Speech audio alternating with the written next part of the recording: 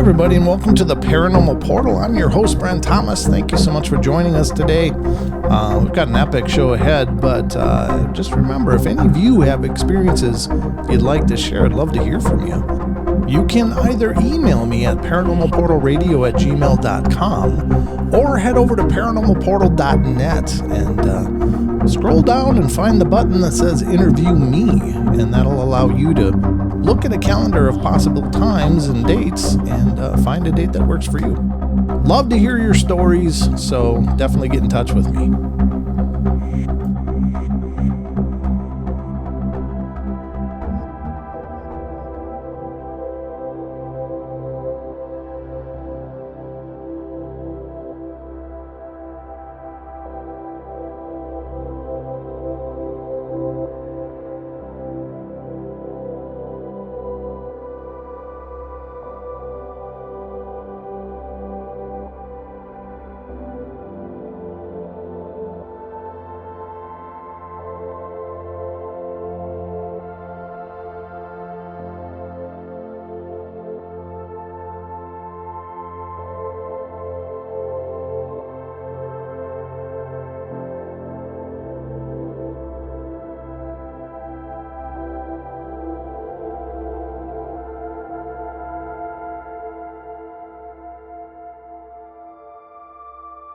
Hey everybody, and welcome to the Paranormal Portal. I'm your host, Brent Thomas.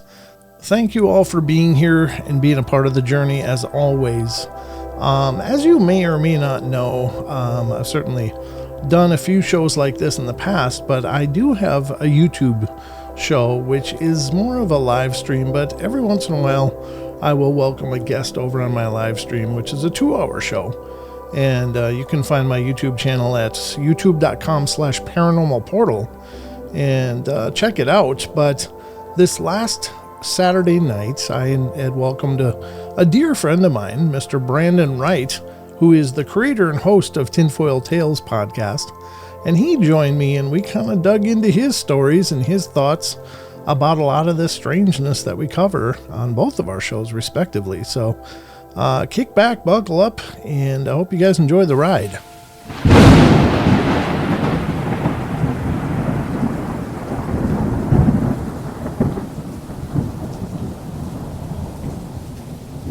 I have the great pleasure of introducing you guys to a friend of mine, and he's decided to come hang out with me here on the show tonight, and we're going to take a journey down.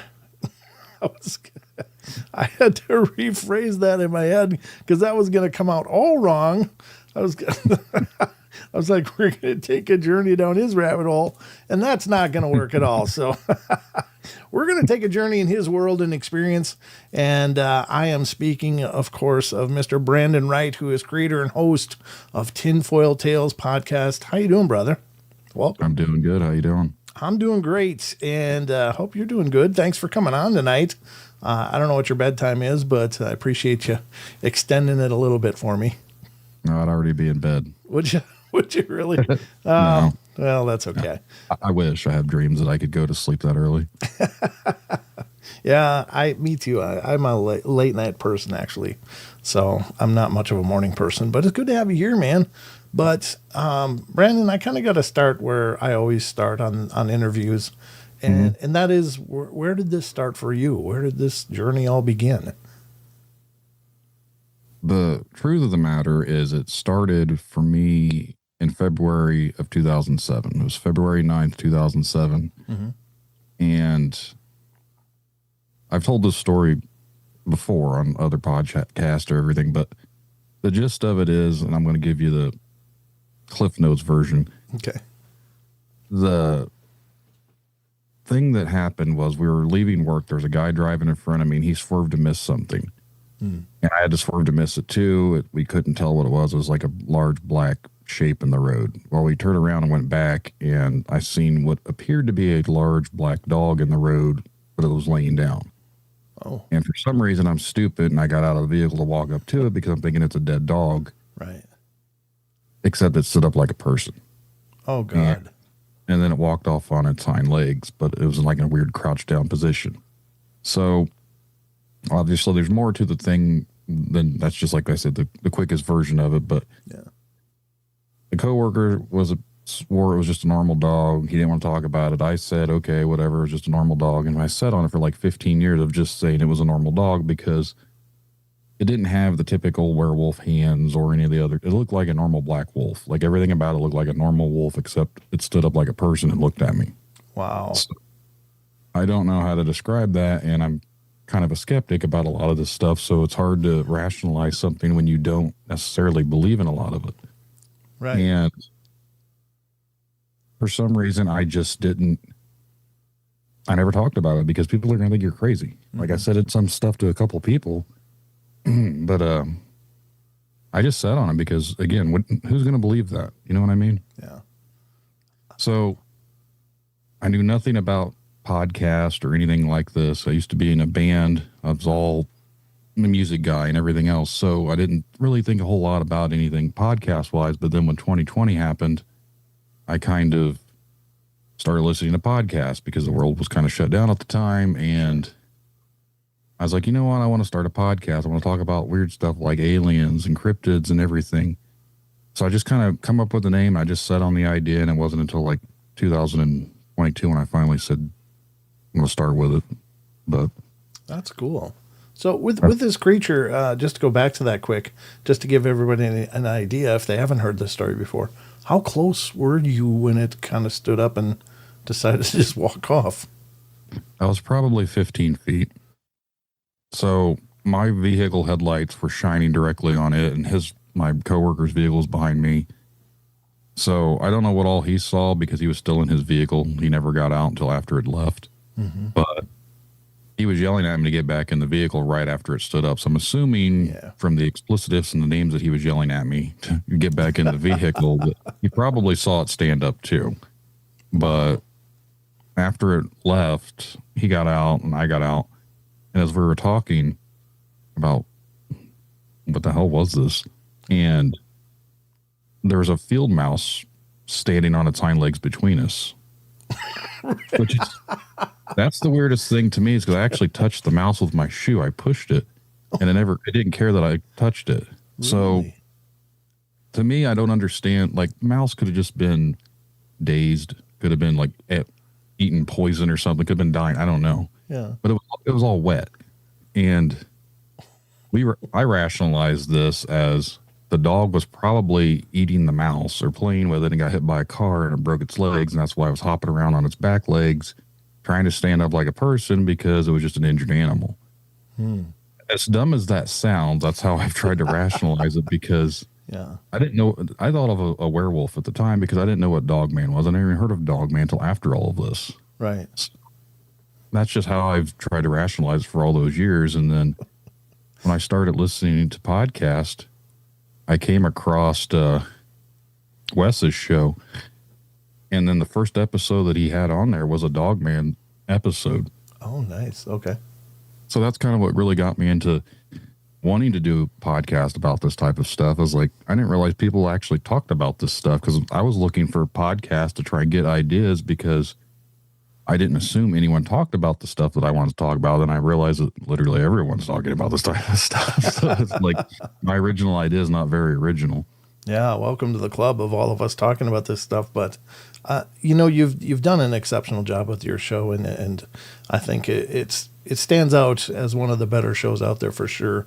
I mean, you ought to be very proud of that. But for you, having this experience of your own, deciding to dive headfirst into it, how has this journey transformed you?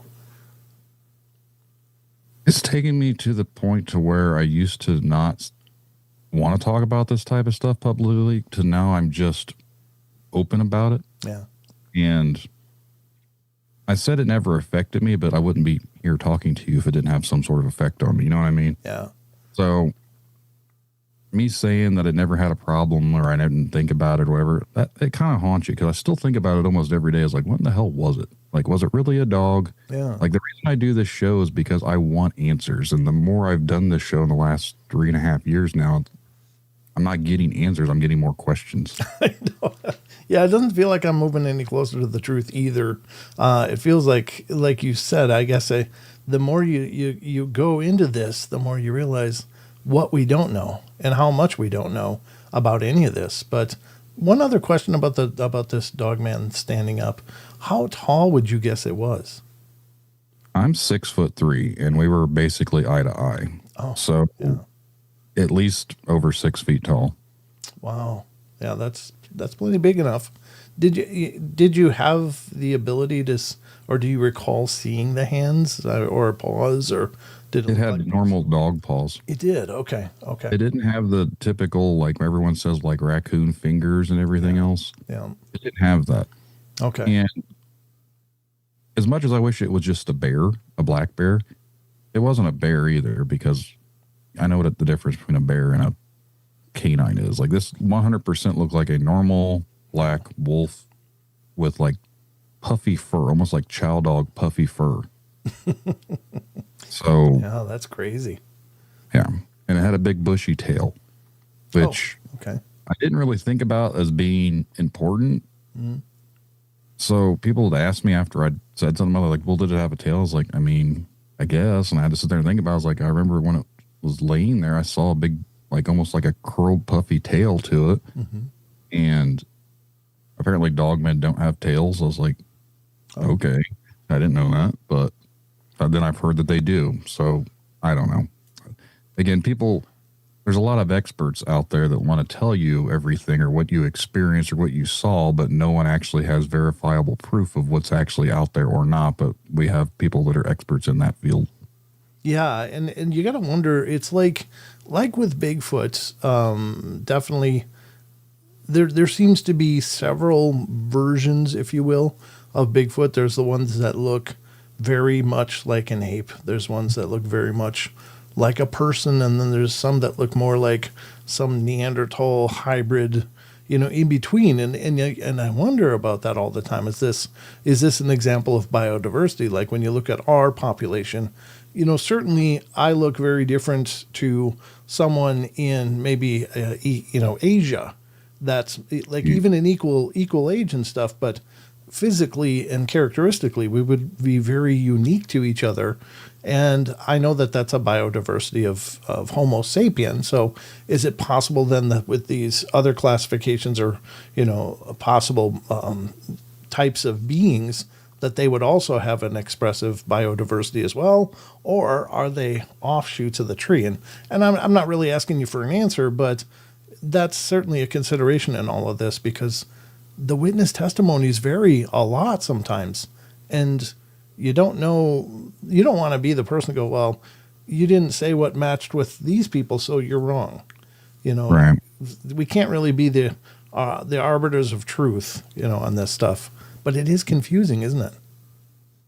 If you listen to what people talk about when it comes to dogman encounters, and when they talk about Bigfoot encounters or any sort of like weird paranormal encounters with something, a lot of the time you will find out there are similarities between certain things, but there's also different characteristics between different people's remembering of the events that happened. Sure. So say you had a group of people that all saw something, and you ask every single person, each one might have a little different recalling of how an event happened. So I've thought about this when people don't necessarily agree with what they saw, or when someone else seen something and described it a little bit differently. Maybe that's just because their brain only remembers so much of the detail. Yeah, that's a good point. That is a very good point. Or they took in different details, and so that becomes the paramount thing that they saw. Yeah, that is a good point. Perception is a huge part of this, for sure. Like, for me, when I saw the thing, I was not afraid, which a lot of people claim, oh, it's not true. He wasn't afraid. Anyone saw that would be afraid. I was like, no, I was just confused because I'd never seen a dog stand up like that before. Like, in my mind, I'm still thinking it's a dog, Yeah. Like, I'm not thinking of it being a weird cryptid dog man or werewolf or anything at that point until like it stood up. I was like, to me, I thought it was just a hurt normal dog. I don't know. So now, if this encounter had not occurred then, but had occurred today with the knowledge you have, do you think you would have looked at the whole experience way differently? Definitely. Yeah. I probably, first of all, would have not gotten out of my vehicle. Yeah. And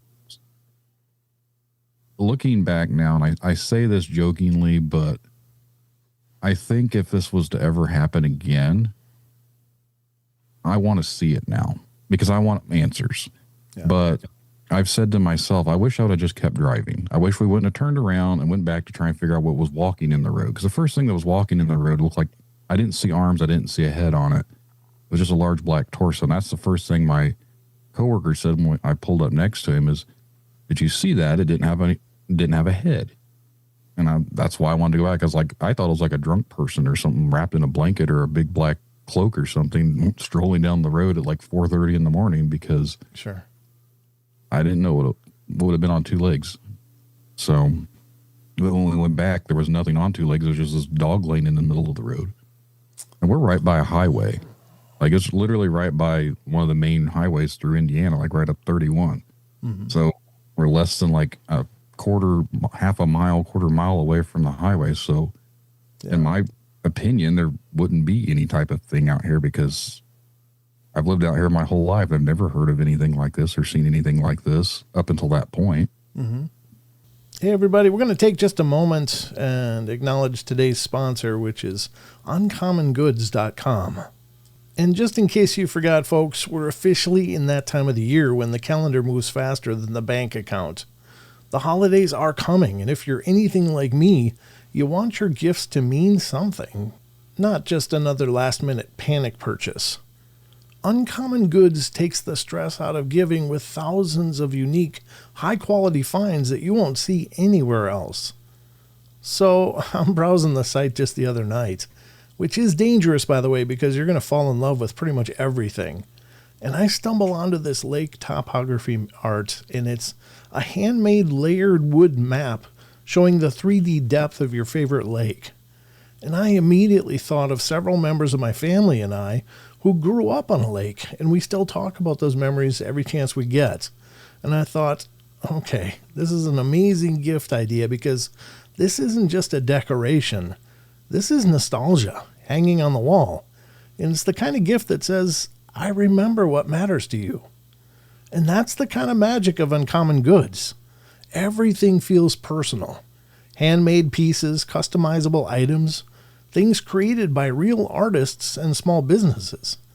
You're not just giving someone more stuff, you're giving them something that reflects who they are and what they love. And let me tell you, they've got things for everyone. The home chefs, the football fanatics, the gardeners, the bookworms, the people who swear they're impossible to shop for. Yeah, even them too. And the inventory moves pretty fast because many of these items are crafted in small batches, so these items don't sit around for long. Plus, every time you make a purchase, Uncommon Goods donates $1 to a nonprofit that you choose. And I love when a company gives back, especially during the holidays when it seems to matter the most. So don't wait. Cross those names off your list before the rush. To get 15% off your next gift, go to uncommongoods.com/portal. That's uncommongoods.com/portal for 15% off. Uncommon Goods. We're all out of the ordinary.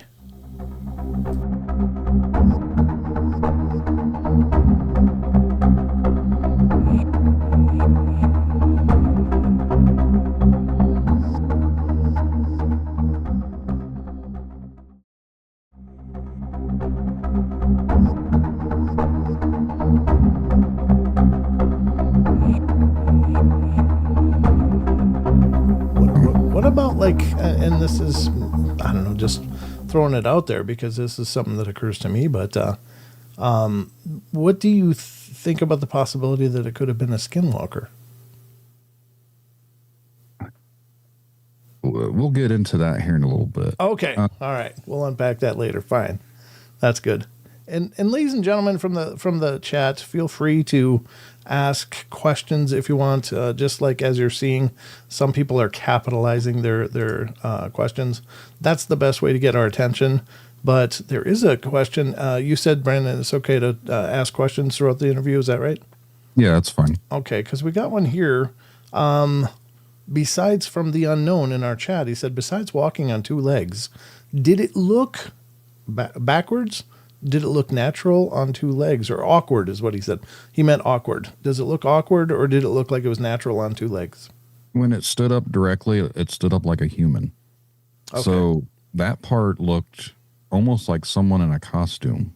That looked normal, but when it walked away, it walked off in a weird crouch position, like it brought its front arms up to its chest. Oh. And it was down in like a hunkered position, like it was trying to take it like a crap or something, but it walked over like sideways, almost like in like someone said kind of like a crab. I was like, I mean, maybe. I was like, I guess that's a way to describe it. It just didn't look normal.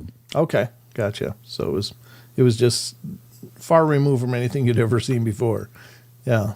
That's why I thought it was hurt, like its front legs were broken. The way it was walking was unnatural. Sure.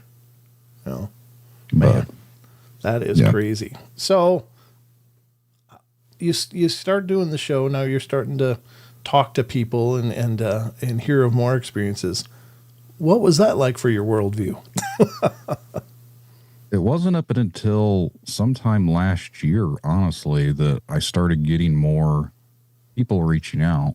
And a lot of it was because I'd been on Wes's show at one point, but I went on Tony from the confessionals. He reached out to me about September of last year, and he asked me if I wanted to be on an episode. So I actually drove down to Tennessee and recorded with him in studio. And then that's when a lot of people started reaching out to me. Oh, because they saw his episode with me and they're like, oh, I'm from the area. But before I went on his show, I started digging around because we were going to talk about a lot of the weird stuff, because I'd done a couple of in-person events around here. And I've had people come up and tell me that they saw something similar. And come to find out, one of the people that came to the event told me, well, they had one on the east side of town. I was like, oh, okay. So I kind of went to that area. I know exactly where it's at. Well, then I spoke at another event and some other person said they had one too in that same area. And then I got a message from someone on Facebook that told me to check out an episode of Vic's show because someone was talking about having an experience in Peru. It's in the same location as these other people's locations. So there's 3 different people that have had experiences in this one specific spot. And then I started to look around a little bit more, and I've talked to some more people. More people have had stuff in there. And then when I went on Tony's show, I've had people send me pictures of giant dog tracks or canine tracks. I say dog, but they have their normal dog footprint and this huge one next to it. Oh, wow. And a month after this guy had sent these, or he took these photos, they were time stamped. I got on the Bigfoot Mapping Project app. Someone reported seeing a Bigfoot in the same area literally a month later. They said something large and black walked across the road. I was like, well, who said it was actually a Bigfoot if there's already a bipedal looking canine walking in the area too? Yeah, exactly. Now, wow, that's really wild. So you found out that this is much more common. Apparently. And I started to dig more into the area and come to find out, like, this has been going on for a very long time. This whole area used to be part of the Miami, that's what they call themselves, the Miami Indians. I know we call them Native Americans, but. Sure. Excuse me. But the tribe around here lived in this area. And I gotta get a drink. Yeah, go ahead. Go. Yeah, just keep the questions in capitals. That really helps me to see them, guys. So keep it coming. But basically, the Native American people that were here years ago, and I've actually tried to talk to some of them. I've talked to one of the guys, but some of their old stories and stuff I've been digging into. And the name of the lake that we have here is called the Missinawal. It was a man-made lake. They turned it into a reservoir. And the actual river system for the Missinawal River, I've been digging into it, and it has a lot of different people talking about seeing Bigfoot or quote-unquote werewolves on the river. Wow. And then there's been a lot of murders on the river, which is weird. But back in 1812, the U.S. Army came through and wiped out most of the tribe. And they put them, the ones that survived, on the Trail of Tears and sent them out to Oklahoma. So the Miami that's in Oklahoma is actually originally from here. Oh, okay.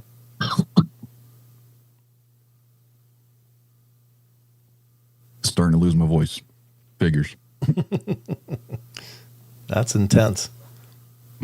So not only do we have a lot of weird stuff, I've looked into it. There's been tons of Bigfoot sightings that people have reported. And again, it's all along the same area. I started posting in like local Facebook groups, and people have reached out to me from that and talked about some of the things there too. But there's also a lot of UFO reports. Oh. And someone that I'm friends with sent me a video last summer, and just so happens to be over the same exact location where these people have been seeing werewolves. There's a UFO flying over there, and in the video, it's long and almost like cigar shaped, and it's silent. Oh, but man. I don't know what it would have been. Yeah. And it's right over the same exact area, which is ironically the area that they've turned into the Circus Hall of Fame. Oh. Really? Okay.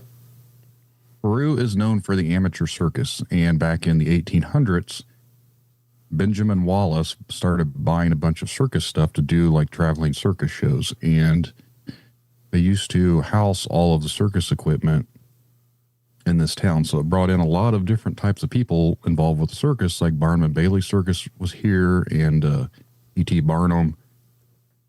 So as I've been digging into stuff, where they stored all this stuff used to be where the original Miami's, one of the villages, like the main village hub. Oh. Sorry. Oh, it's okay. Go ahead.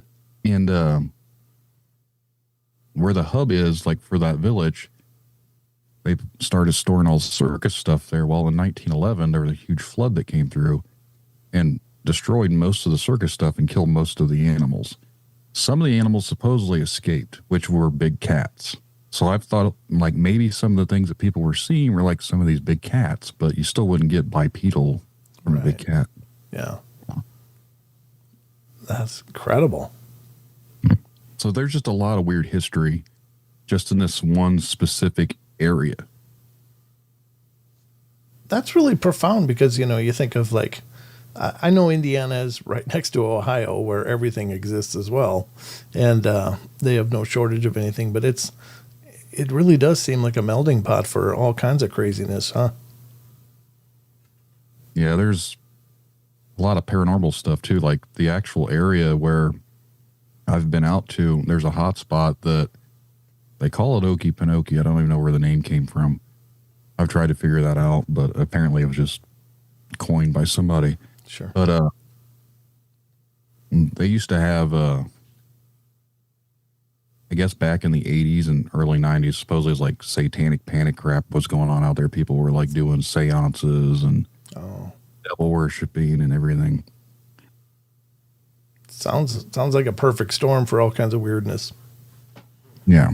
So there's just a lot of weird stuff with it. Yeah, no kidding. I think that there certainly sounds like there's some kind of maybe it's a ley line thing or there's some natural portal thing going on, and it's all speculation. But when you hear about areas like this where there's kind of something for everybody, there's hauntings, there's UFOs, there's cryptids, and more. God only knows what else. I always think about those as being, are those some of those portal areas that they're talking about? These convergences or, you know, vertexes of where a lot of energy lines come together, and that's just the weirdness place. I don't know. It seems like there are, you know, like Skinwalker Ranch, for example, is another weird place. The whole Uinta Basin is just strange, and there's everything over there too. I've thought a lot about this lately, and if you look at the Bridgewater Triangle, there is a lot of similarities to that there is here. So if that stuff happens out there and is happening here, maybe some of the other areas have the similar disturbances too. Like, are these high areas of energy where it's somehow channeling a lot of these instances. Like, are they all supernatural events? Are they all paranormal events? Yeah. I don't know. But it's just weird that like that's all centralized in certain locations. Yeah. Yeah, it is. I was just in the Bridgewater Triangle a few weeks ago over there in Massachusetts and didn't have any experiences really. We did investigation stuff, but it was neat to be there. Now, I could say I've been in the Bridgewater Triangle, but that's where Hometown Ghost Stories is located. Those guys live out there. But very cool place.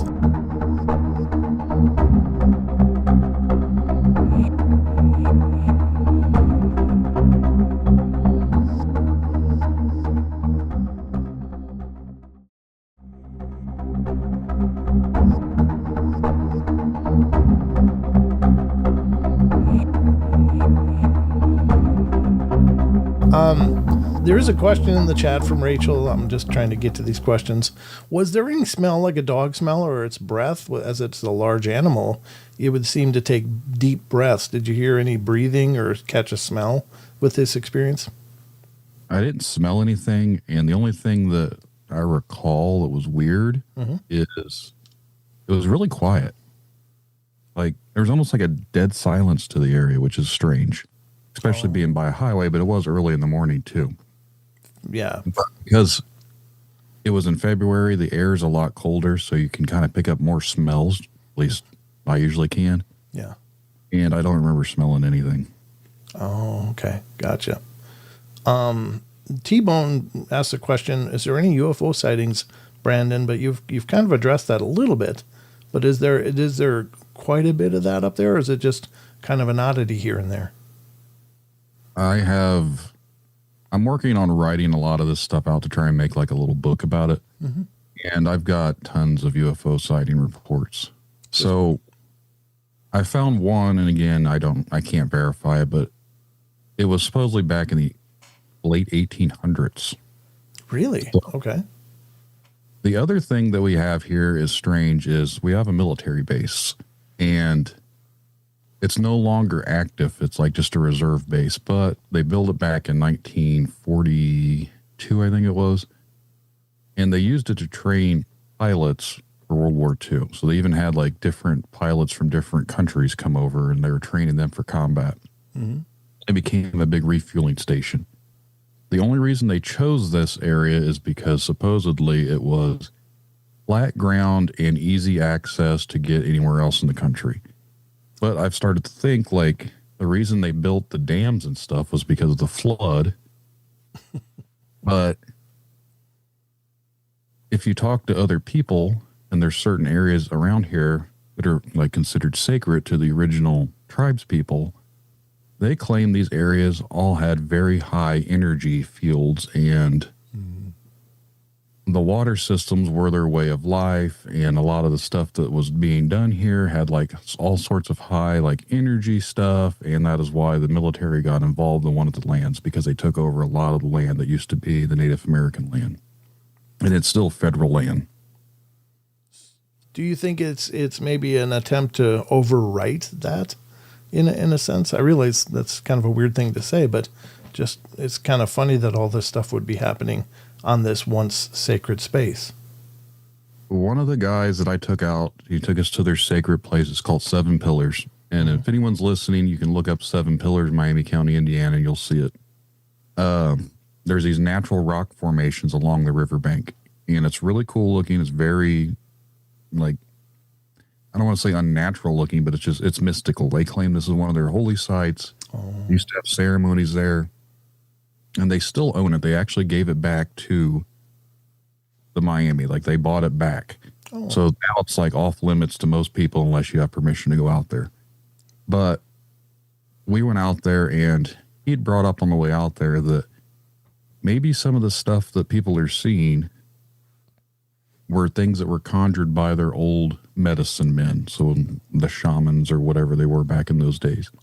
And they're protective spirits. They used to summon spirits. So maybe these things that people experience or seeing, like the Bigfoots or the dogmen or anything like that, were actually something that was supposed to protect the lands from the armies and the other invading tribes, because they didn't just fight with the army for hundreds of years. They were fighting with the other tribes that were coming through here, because when the white settlers came over, they were pushing all the ones from east, like out east, this direction out towards Indiana. So everyone kept migrating towards the west. So they had more and more tribes coming through here.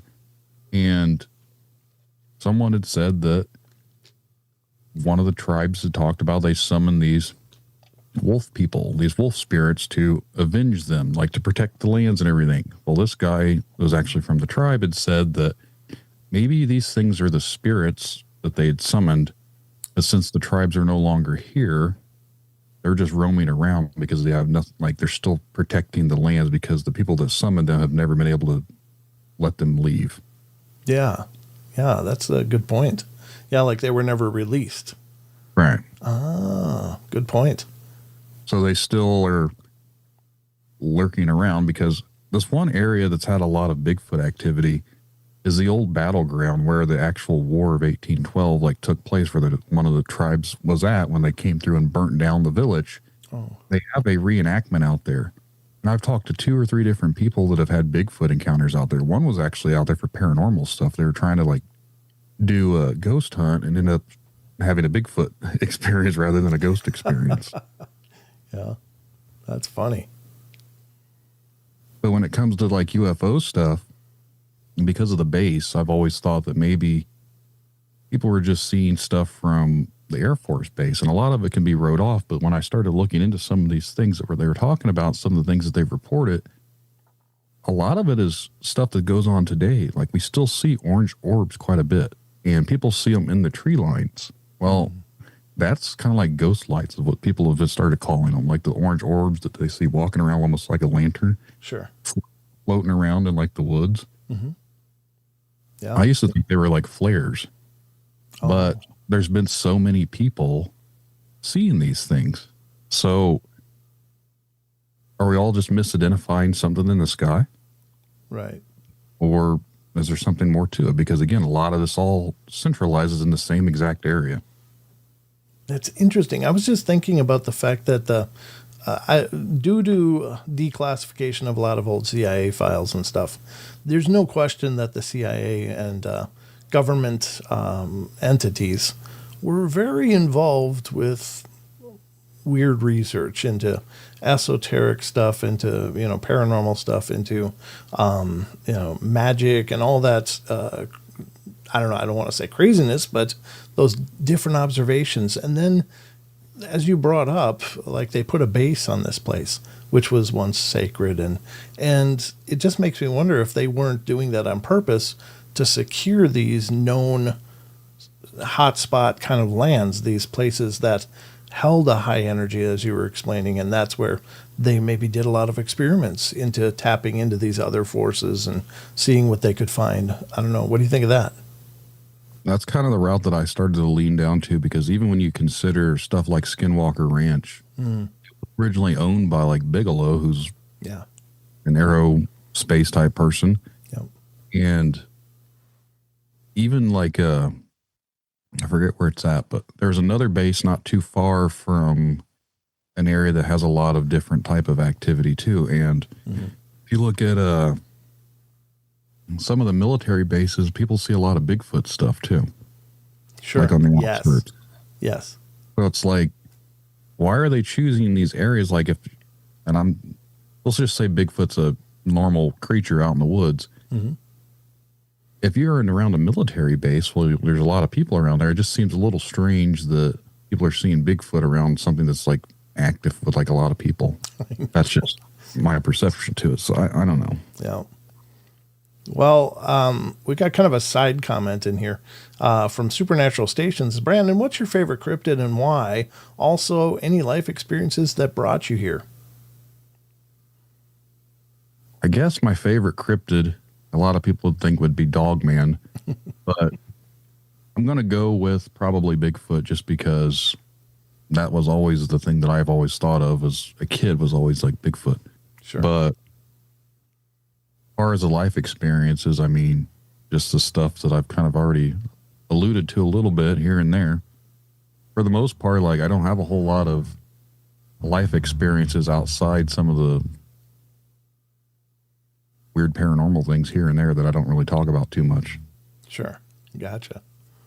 Gotcha. Sorry, I didn't mean to sidetrack everything with that, but it was just, Very good. I'm just scrolling through the chat here as we're going and finding the questions so I can ask you. But I'm just trying to catch. Oh, Bigfoot Crossroads is hanging out too. Mr. Matt Knapp, how you doing, buddy? Good to have you here. Great, he's just hanging out too. We could have done a panel show. I had both of you guys on at the same time. That'd have been fun. Just looking to see if there's any other questions. But I do think that there's merit to that these sites were chosen on purpose for some reason or another. And you're right. The Bigfoot phenomena around military bases is almost epidemic. Mm-hmm. Like all over the place. Like they just randomly find those places and, oh, look, there's Bigfoot here? Or did they choose those places because there's Bigfoot here? And you would think it would be contrary, because not only are there a lot of people at bases, but things like explosions and range testing and all that stuff that you think they'd be like, get the hell out of here. But when you listen to like Todd Neese's story, being in the military and doing demolition testing and stuff, that the Bigfoot came right to a place where they just tested.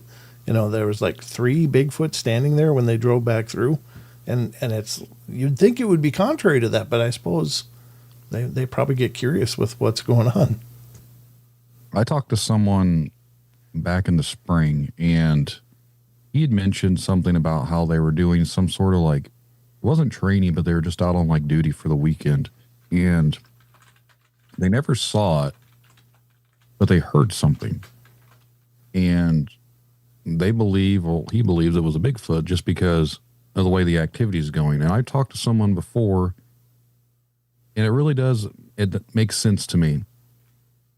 If you had Bigfoot activity in your house, most likely you would see you have poltergeist activity. Yeah. And now you put poltergeist out in the woods and people call it Bigfoot. Mm. So ever since he said that, I've thought about it. I was like, he actually has a point, because if you had poltergeist, you might see things move. You might hear some knocks. You might see things here or there, like a shadow or something like that. Out in the woods, you might hear a knock or a noise, or a rock gets tossed or something. You know what I mean? So it does make sense. Like, there are similarities between what people are claiming are poltergeist activity as there is with Bigfoot activity. So he said Bigfoot's like a forced poltergeist. That is interesting. Wow. Again, I can't verify that one way or the other, but it does have similarities to it. It's like I can't argue that point.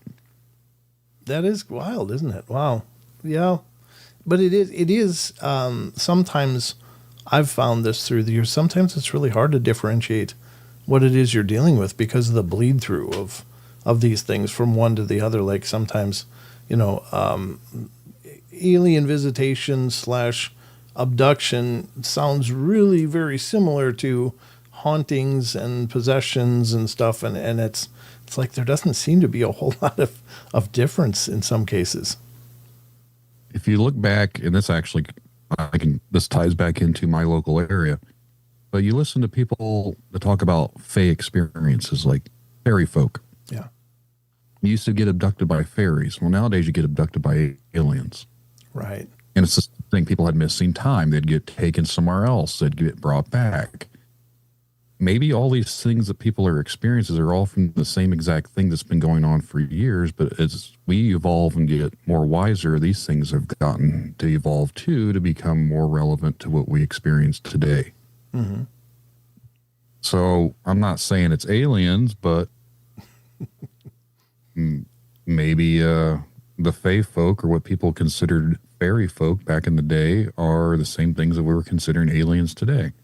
That's a great point. I think it was the Sasquatch Chronicles episode where Wes was talking about somebody, or the person was talking about, either Wes was explaining this story on an episode or somebody was telling the story, but they saw this little micro person, like a gnome sized person or being, and all of a sudden it like saw them and shot off and running, and they saw it run over to like what looked like a barrel that was kind of like by this power pole. It jumped in the barrel, and the next thing you know, the barrel's flying up in the air, and away it goes. And it's like, well, yeah, Maybe, right? See, I interviewed someone a couple years ago with a similar story, but there was no barrel. That they were walking down this little trail. Mm-hmm. He sent me pictures of the footprints, and he said this little thing it was almost, the way he described it reminds me of what people consider puckwudgies. But this was in Florida, and he said it was like very dirty looking, like almost like it was like covered in like leaves or something. Like it was more like trying to like camouflage itself and like covered in mud and stuff. Uh-huh. But they took a step and it ran from the side of the pathway that they were walking, because they were back there as teenagers smoking and doing stuff that kids are not supposed to be doing around adults. Sure. This thing took off running and it ran down the little pathway. And he sent me the photos, and they do look like little humanoid footprints that were in this like little dirt sandy pathway that they were going on. So I don't know. Maybe he made the footprints up to try and, you know what I mean? Like you can't verify things like this, but yeah. But from around here, we have quote unquote Hobbit land. Now I've heard this term for years, and like people from the 70s talk about Hobbit land because out near the Mississinawa Reservoir, which is where all this activity happens, there's a spot out there called Hobbit land because people had started seeing little Native American looking people. Like the little people. And there's also people that have talked about seeing little humanoid creatures out there, which again sounds more like the whole puckwudgie things. So are the little people, like the little Native American looking people, and then the puckwudgies, are they the same thing, or are they two different things completely? But someone had talked about seeing what looked like a little human, like dark skin, dark hair. Mm-hmm. And then it was gone. Like they tried to talk to it and they turned back around and it disappeared. Wow. So I don't know how you explain something like that. Well, kind of like Bigfoot, it's this story that's been global. There's cultures all around the world that have sightings of these huge human-like beings that look kind of like a cross between a gorilla and a man, and they have different names for them. But I found the similarity is also with these little people reports that there are just as many of these legends globally of these little diminutive people, proto-pygmies, or whatever you want to call them. And it kind of stands to reason that this is probably a global phenomena everywhere as well. But the question is, and I got to ask you, because as someone that interviews a lot of people too, sometimes you hear claims of things that are like, wow, do you think that they're multidimensional? Have you put any thought into this? Or where do you land on the spectrum of things like that? Like, well, it was there and then it wasn't. And, are these things coming in through portals, or, you know what I mean? I'm snowballing a huge bunch of things into one question. But first of all, what is your take on the global possibility of these things? And then second of all, how do you feel about some of the explanations? I mean, and I'm not trying to put you on Front Street here. I'm just curious because honestly, as a fellow, person host, I get stuck sometimes because I always want to conceptualize this stuff, and I always want to run it through my logic filters, and a lot of this stuff you can't. And so you're left with these weird anomalies, and what do you do with that? If you asked me this question a few years ago, it'd be completely different. Oh, okay. The response. I think a lot of this stuff is connected, and exactly how, I have no idea. But I feel like with people seeing these little things, and again, I kind of said it a little bit earlier, like when people talked about being abducted by aliens, how it sounds like face stuff. Yeah. Maybe these things, and this is where I struggle with, but if there is a spirit realm, like obviously if there's ghost or some sort of spirits or energy or whatever, maybe they're on a different plane of existence than we are. So maybe these things live amongst that realm, and sometimes they bleed into our realm. So when people are getting taken away, maybe these little fae folk or whatever they actually are grab people and bring them to that paranormal side, the spirit realm. And maybe sometimes when they're in our world, they have to abide by our three-dimensional physics. So that could explain why people see Bigfoot or these dogman things. And then maybe that explains why they disappear, because they've left our world again. But that would explain why sometimes there's footprints, or sometimes there's tree breaks or scat or anything like that. Because if they're an actual flesh and blood type of thing, I feel like there'd be bodies. Okay. And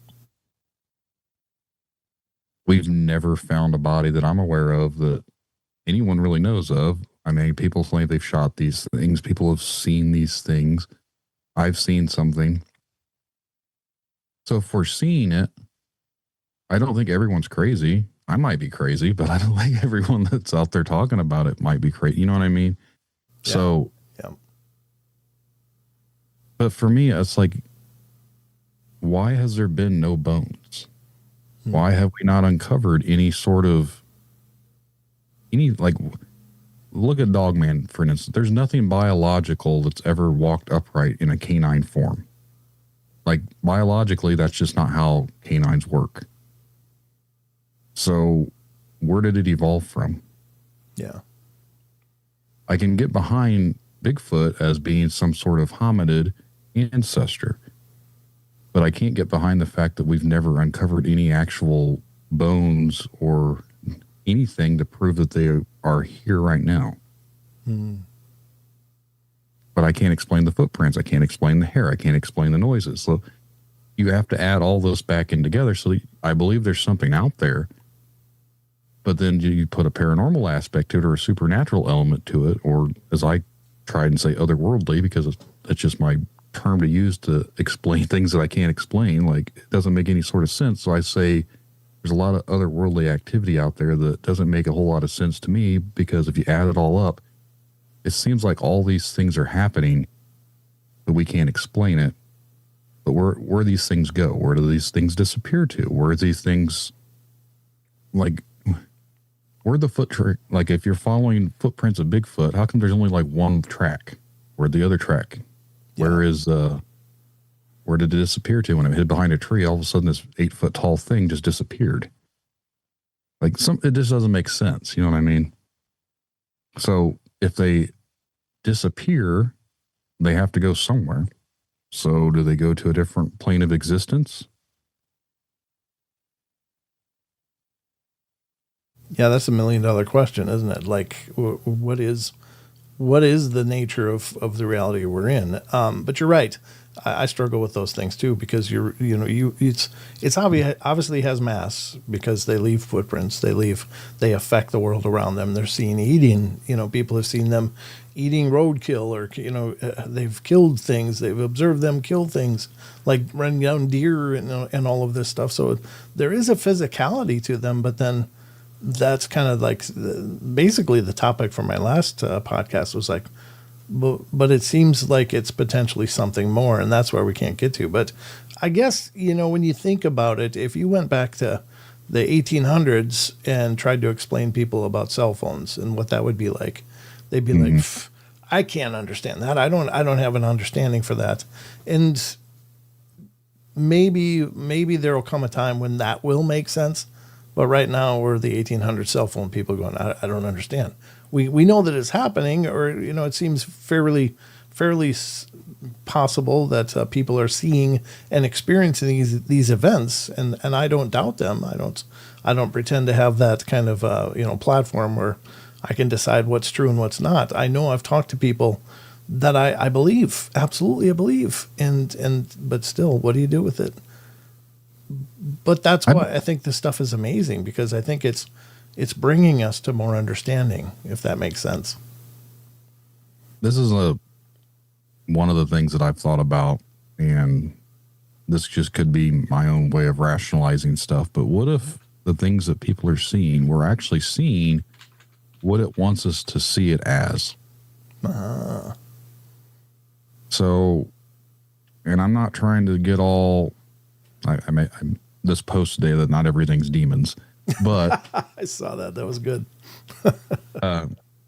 what if whatever these things actually are, when they enter our world, they choose what they want to be? And this is because I'm kind of a nerd and I played a lot of video games back in the day where you could fly around and make your own map and stuff, like some of the old shooter games, like you can make your own things here and there. Well, what if would they come in there and you're flying around the world, you see, in the old game used to be like an orb.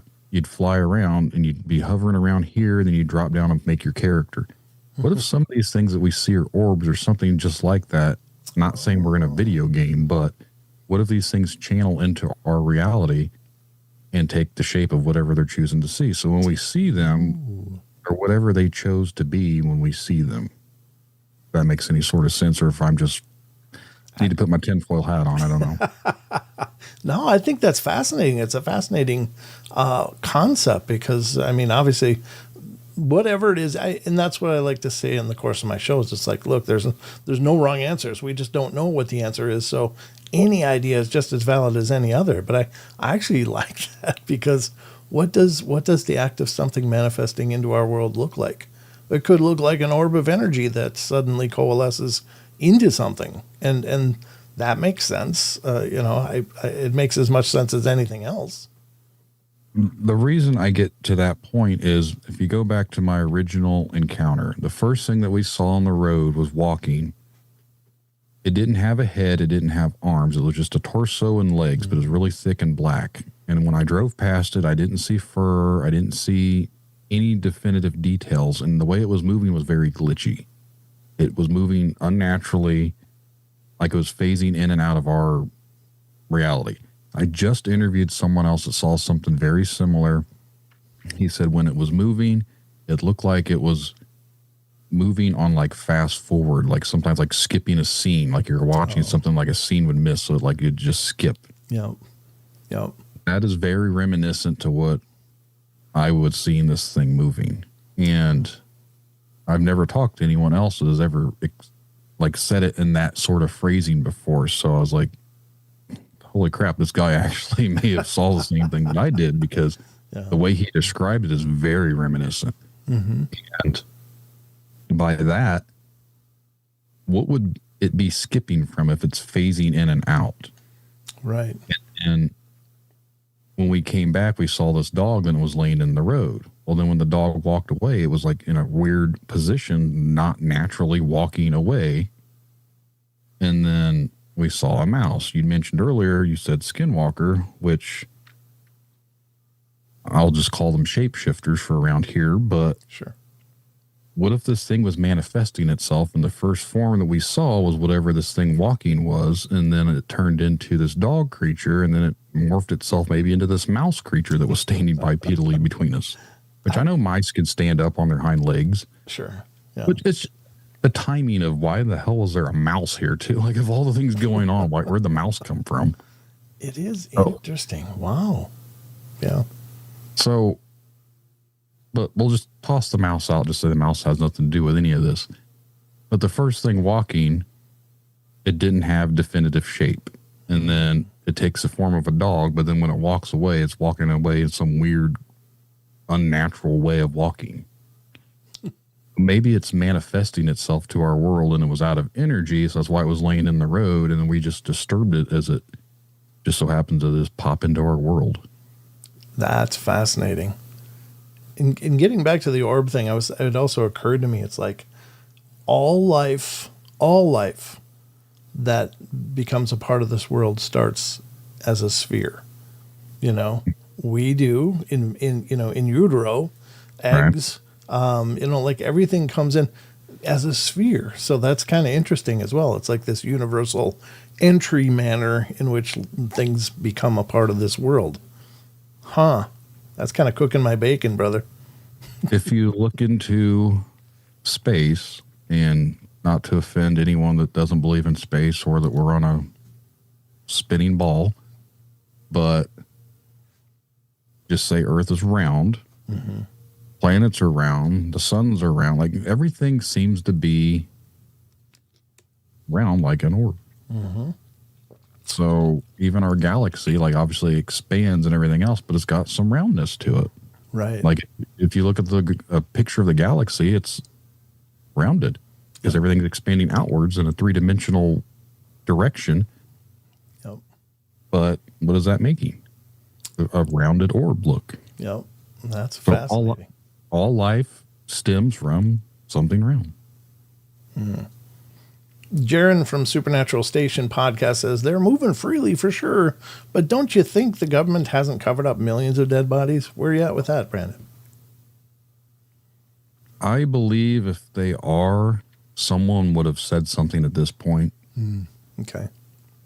Just because, like the game of telephone, you can tell somebody something and it gets changed here and there, but the story still gets spread. So you might meet some people that say, hey, we can't talk about this.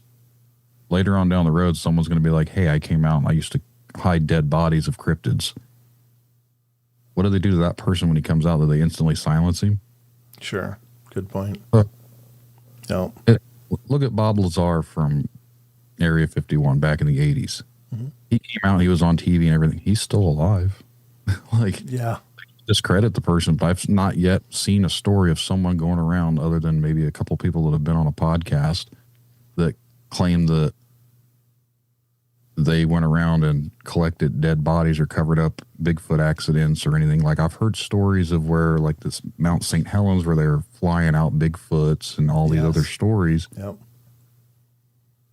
But if that's true, a lot of people would know about it. Yeah.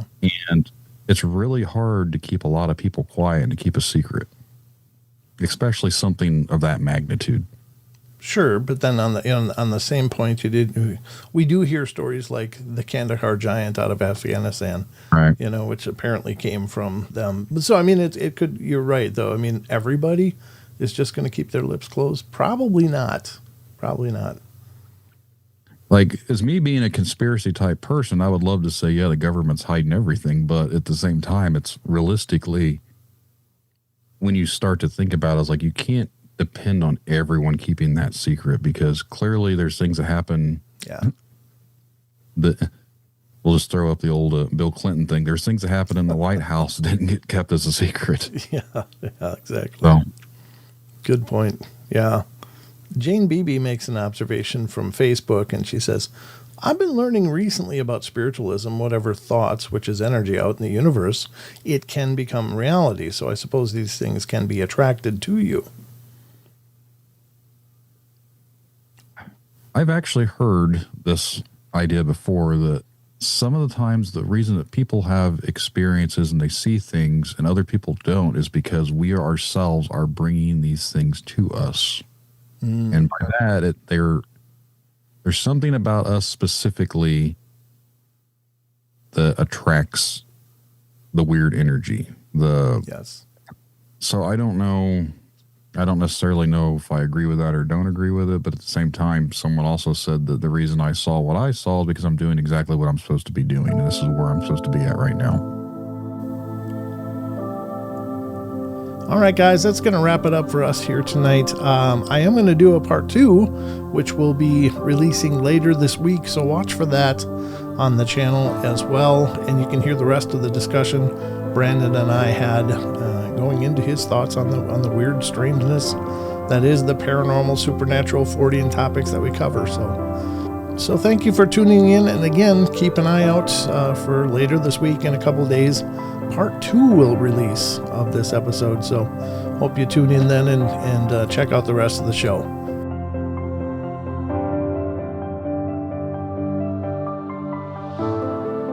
All right, everybody, that's going to wrap it up for us today. So hope you guys enjoyed the show, and thank you again so much for all your love and support. And remember, if you want to follow the Paranormal Portal, probably the easiest way is to head over to paranormalportal.net. And that's the homepage for the Paranormal Portal. And you'll find links to all of our different social media and sites and information about the shows, including our YouTube channel, which is youtube.com/paranormalportal. Or just look for Paranormal Portal on Google or whatever search engine, and you'll find links to our social media, such as Facebook, Instagram, TikTok, and Twitter. So we're kind of all over the place, and we're spreading as as well as we can. But anyway, thank you so much for the love and support. Y'all take care, and remember, we love y'all. Be good, be kind, be nice. Take care of each other, help each other out, find the magic in every day, and remember to laugh as much as you can. Until next time.